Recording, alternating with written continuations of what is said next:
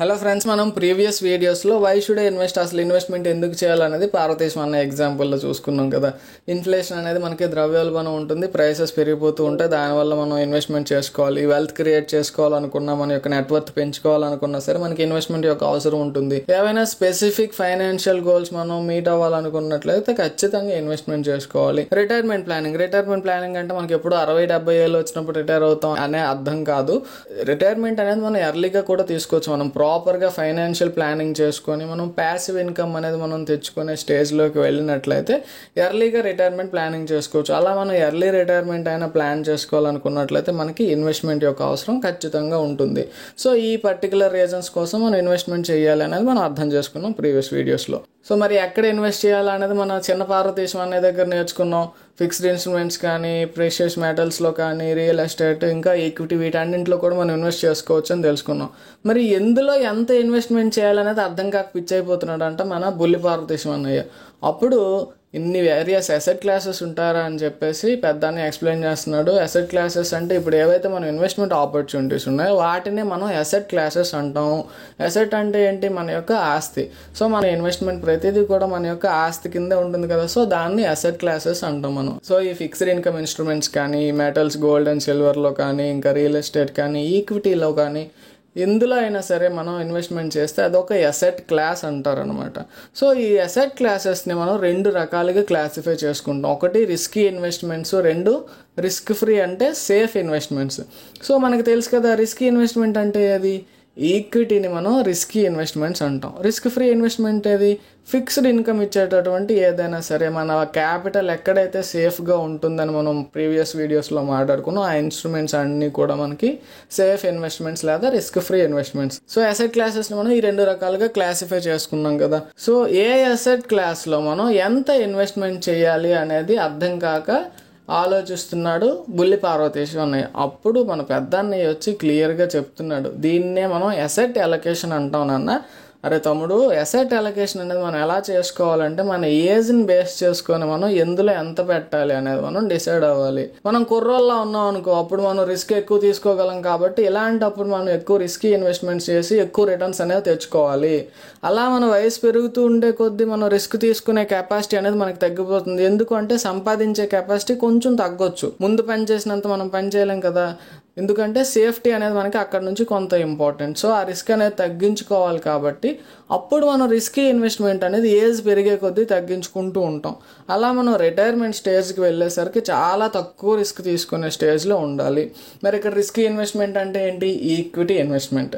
Risk లేకుండా ఉండేది ఏంటంటే మిగతావన్నీ కూడా రిస్క్ లేకుండా ఉండేవి. మన క్యాపిటల్ సేఫ్గా ఎక్కడ ఉంటే అవి ఫిక్స్డ్ ఇన్కమ్ ఇన్స్ట్రుమెంట్స్ అన్నీ కూడా రిస్క్ ఫ్రీ ఇన్స్ట్రుమెంట్స్ అనమాట. సో ఏ ఏజ్ వాళ్ళు ఎంత అలొకేట్ చేసుకోవాలన్నదానికి మన పూర్వీకుల రోజుల నుంచి, పూర్వీకులు అంటే ఒక 50-60 సంవత్సరాల క్రితం నుంచి ఒకే ప్రిన్సిపల్ ఫాలో అవుతూ వస్తున్నారు.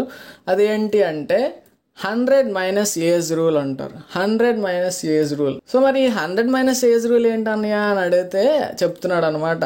100 - ఏజ్ రూల్ అంటే మనకి 20 years ఉన్నాయి అనుకోరా తమ్ముడు. అప్పుడు మనం బ్రతికే ఛాన్స్, మన మ్యాక్సిమం ఏజ్ ఎంత? 100 ఏళ్ళు బ్రతుకుతామో లేదో తెలియదు, కానీ ఈ రూల్ ప్రకారం 100 ఏళ్ళు బ్రతుకుతామని డిసైడ్ అయిపో. ఒకవేళ 100 ఏళ్ళు బ్రతికినట్లయితే 100లో నుంచి మన ఏజ్ తీసేయి, అంటే 80 మిగులుతుంది కదా. అంటే మన ఏజ్ తీసేస్తే వచ్చే నెంబర్ ఎంతైతే ఉంటుందో అంత రిస్క్ అనేది మనం ఆ ఏజ్కి తీసుకోవాలి అంటున్నాడు. సో ఒకసారి మళ్ళీ చెప్పన్నా అంటే, నీకు 20 years ఉన్నాయి అనుకోనన్నా.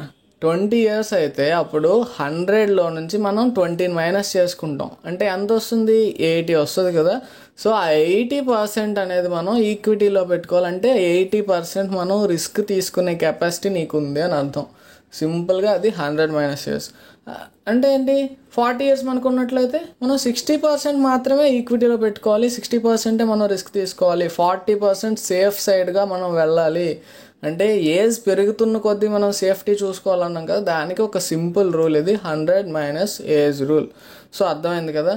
సో దీన్ని ఒక్కసారి కొన్ని ఎగ్జాంపుల్స్లో తీసుకొని చూద్దాం. ఫర్ ఎగ్జాంపుల్ మన ఏజ్ని బట్టి మన యొక్క పర్సంటేజ్ ఆఫ్ రిస్క్ ఎంత ఉండాలి అనేది మనం ఇక్కడ చూసుకుందాం. అలా తీసుకున్నట్లయితే మనం సేఫ్ ఇన్వెస్ట్మెంట్ ఎంత పెట్టుకోవాలనేది తెలుస్తుంది. సో ఫర్ ఎగ్జాంపుల్ 25 yearsకి మనకి ఎర్నింగ్ అనేది స్టార్ట్ అయింది అనుకోండి. అప్పుడు మనం ఎంత రిస్క్ తీసుకోవచ్చు అన్నట్లయితే 100 - 25. అంటే 75% మనం రిస్కీ ఇన్వెస్ట్మెంట్ అనేది చేసుకోవచ్చు. అంటే ఈక్విటీలో మనం 75% పెట్టుకోవచ్చు. అదే మరి సేఫ్టీ ఇన్వెస్ట్మెంట్ ఎంత ఉన్నప్పుడు 25% సేఫ్టీ ఇన్వెస్ట్మెంట్ చేసుకోవచ్చు. క్లియర్గా చూసుకున్నట్లయితే ఆ టైంలో మన దగ్గర 1 lakh ఉందనుకోండి ఇన్వెస్ట్మెంట్ చేయడం కోసం, అది 75,000 తీసుకెళ్ళి ఈక్విటీలో పెడతాం. నెక్స్ట్ 25,000 ఏదైతే ఉంటుందో మిగిలింది అది మనం ఫిక్స్డ్ ఇన్కమ్ వచ్చేటటువంటి ఎఫ్డీస్ కానీ, బాండ్స్ కానీ, ఇంకా డెట్ ఇన్స్ట్రుమెంట్స్ కానీ వాటిలో పెట్టుకుంటూ వెళ్తాం. అదేవిధంగా నెక్స్ట్ 40 years వచ్చాయి, 60% మనం ఈక్విటీలో పెట్టుకుంటాం, 40% మనం సేఫ్ ఇన్వెస్ట్మెంట్గా పెట్టుకుంటాం. సో దీనికి 100 - ఏజ్ అని పెట్టడం కంటే మన ఏజ్ ఎంత ఉంటే అంత సేఫ్టీ మనం చూసుకొని మిగతాది రిస్క్ తీసుకోవచ్చు అని చెప్పేయచ్చు సింపుల్గా, అంతే కదా. 25 మన ఏజ్ అయితే మన సేఫ్ సైడ్ ఇన్వెస్ట్మెంట్ ఎంత 25%.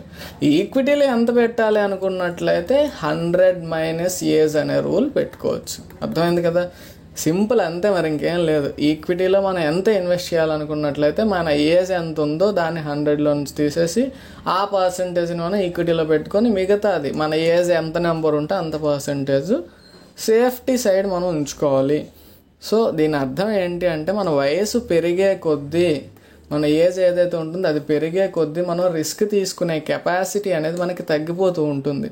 సో మనం వయసుతో పాటు రిస్క్ తగ్గించుకోవాలి, సేఫ్టీ అనేది చూసుకోవాల్సిన అవసరం ఉంటుంది. సో మనం దీపం ఉన్నప్పుడే ఇల్లు చక్కబెట్టుకోవాలంటారు కదా, తెలుగులో సామెత ఉంటుంది. అలానే మనం సంపాదించే వయసులో ఉన్నప్పుడే ఎక్కువ రిస్క్ తీసుకోవాలంటారు. మరి రిస్క్ ఎక్కువ తీసుకుంటున్నాం ఎందుకు? ఈక్విటీలో మనకి రిటర్న్స్ ఎక్కువ వస్తాయి కాబట్టి. రిటర్న్స్ ఎక్కువ రాకుండా మనం ఊరికే రిస్కులు తీసేసుకుంటే ఉపయోగం ఉండదు.